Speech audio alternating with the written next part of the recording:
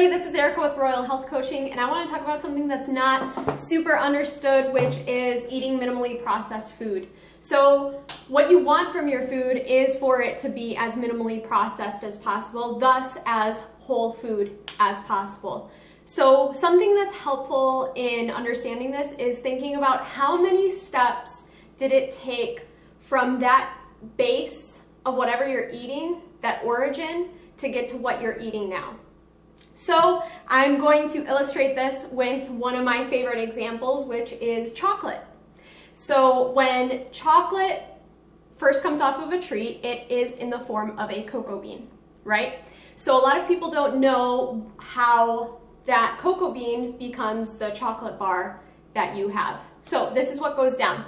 You have the cocoa bean, and then they ferment it, they roast it, they winnow it, and then it becomes a cocoa nib, which you can buy at the store, and these are super awesome. And then what it looks like is like this, for those of you who have never seen. Can you see that? That is a cocoa nib.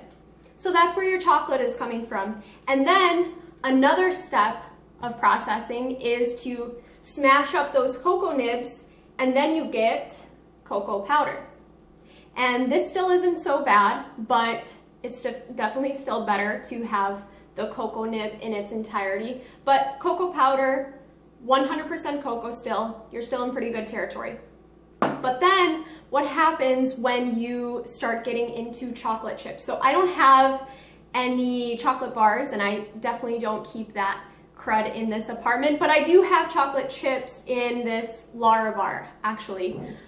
So this is a chocolate chip brownie Lara bar, and this has one of the ingredients as being chocolate chips. So it is unsweetened chocolate, sugar, cocoa butter, and vanilla. Now you start getting into a little bit of dangerous territory. So not only do you have unsweetened chocolate, which would be either this or this, but they probably took this, but they also added sugar, cocoa butter, and vanilla to it. Cocoa butter, no bueno. Vanilla, pretty good. Sugar, no bueno. So this is actually the best that you can get for chocolate chips. Other chocolate chips might add even more crud to it and maybe more synthesized ingredients. So this is as good as it gets. So that's just one example of how processing works and how you get from a cocoa bean to a chocolate chip. So anytime you're eating your food, think about how many steps did it take for this food to get to its initial picking time, whether it was from a tree or a garden, to get to your plate, and how many things were added to it.